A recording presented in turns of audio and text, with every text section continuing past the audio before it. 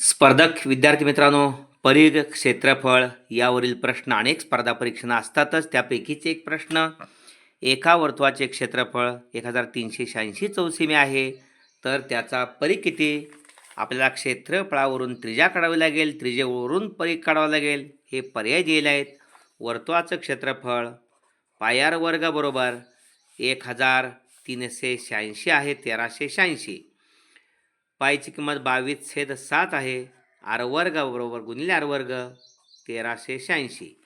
R वर्गची किंमत काढण्यासाठी 1386ला हे भागिले 7 आहे ते गुणिले जाणार आणि आर वर्गला 22 आहे गुणिले ते भागिले होणार. 22 एके 22, 22 संग 32 असे 132, 138 म्हणून गेले, 6 वरले 66 झाले, 22 त्रिक 66.